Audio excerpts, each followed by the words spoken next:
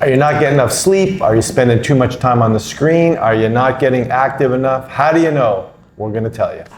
Welcome to Talking with Docs. I'm Dr. Paul Zalzo. I'm Dr. Brad Wayne. We're talking about that triad, and we have a special guest, Dr. Rikin Patel, who is a lifestyle medicine pediatrician, to share his knowledge with us. Thanks for coming today. Thanks so much for having me. Thanks, guys.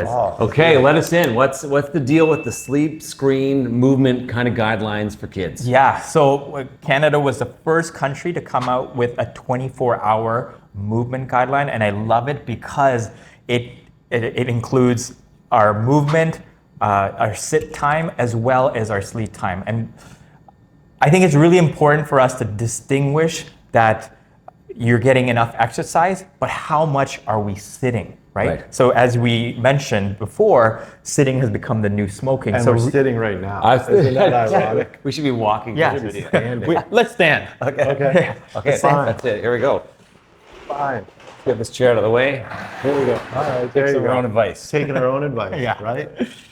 So what's really important to know is that you can be getting enough exercise and meeting the exercise guidelines, but still breaking the sitting guidelines. Okay. So generally for adults, no more than 8 hours of sitting a day, right? Okay. And for our kids, again, we're generally emphasizing, after the age of 5, we're generally emphasizing at least 60 minutes of moderate to vigorous physical activity a day, with also, when you get into your teen years, 3 times a week of bone strengthening exercise. Wow. Ooh. So big shift from the 30 minutes, 5 times a week of moderate activity that is recommended for adults. Like Yeah. We got to get these kids moving and doing some specific stuff. Yeah.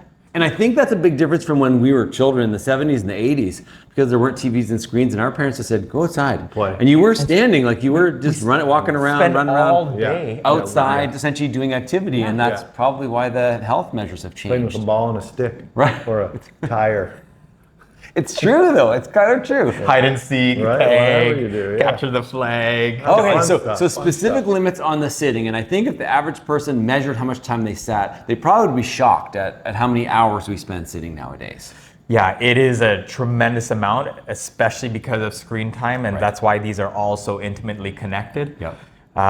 We know that teenagers now are getting upwards of 8-9 hours of screen time a day, which is typically all tied sitting. into the educational system to a certain degree. Yeah, now so much of our education is now online, right? So for our kids, we know that screens aren't going away. It's part of our everyday life. It's part of our education system. So I'm often telling families, for families themselves, you know, if they're doing some physical activity, consider doing it on like a treadmill or while you're moving, right? Like screen time, even if you're on a screen? Yeah, if you're on a screen, consider Doing the treadmill, moving, something like that. Yeah, while you're doing it. Makes sense. That's what I do. For our kids, we know that video gaming and gaming is so big, so now we have a huge plethora of games to choose, where it's active based and movement based. Yeah. So I like the Wii kind of design. yeah, that exactly. Kind of stuff, There's a role for it. You know, stuff, they've done research into this. It's actually showing increased energy expenditure doing these types of activities. Makes sense, right?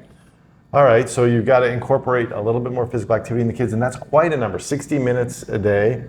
45 to 60 minutes a day, yes. And then tell me a bit about that bone strengthening exercise. What do you mean by a bone strengthening exercise? Yeah, so that bone rings strength- home for us as orthopedic surgeons. Yeah, so that refers to our pushing and pulling activity. So maybe we are climbing, climbing is a bone strengthening exercise. Okay. We talk about like jumping, skipping rope. So most of the activities where there's hopping involved, that's a bone strengthening exercise. Okay. So again, it doesn't always have to look like you're going to the gym and lifting weights. That's the big thing. There's a lot of activities where we're developing our bone strength that's not your going to the gym activity. Right. Okay. But that's there. Unfortunately, a lot of the bone strengthening activities are also bone breaking ones, Yes. so be careful when you do them. Be careful. That's what we see. But I can appreciate that. Bone needs load in order to grow, so the more you load the bone, the more growth it's going to have. Yeah, and again, we know that the biggest time for bone growth is when we're young. Sure. Right? So having these types of activities as frequently as possible, really important. Okay, and how does the exercise tie into the sleep side of the triad? Right, so exercise and sleep, we know that, I mean, first of all, if you're getting enough sleep, improves our energy to be able to do the physical activity. Right. But when we're exercising, you know, so many good positive endorphins, so many chemicals are being released that it also helps us with the quality of our sleep. And so generally we're always recommending for improved sleep, let's get some time in nature. Sunlight in the morning hours helps our sleep, right? Exercise specifically in the daytime, really helpful for our sleep. All of these things, reducing screen time, at least generally we say no screens, ideally 90 minutes before bedtime, so that we have a bedtime routine, getting into a set routine that's not a screen before bed. Because why? We know that blue light blunts the secretion of melatonin. Melatonin is that natural hormone that we need to create that sleep pressure to fall asleep. Right? So again, we have to get rid of that blue screen exposure to help get that quality of sleep we need, that sleep pressure we need to fall asleep. Because so many kids right now, they're getting reduced number of hours sleep, but also we're trying to improve the sleep quality. Right? Because that sleep quality, why is sleep so important? We've talked about is important for learning, for our memory, for regulating our emotions, impulse control. Well, even our cortisol, like our metabolic health is directly related And to our growth, sleep. right? Those kids that are trying to get tall, trying to get big, if you're a young athlete, so you got to make sure you have sleep. Amazing study that came out of Stanford University. They took the Stanford University men's basketball team. This came out in 2011, and it was called the Sleep Extension Study.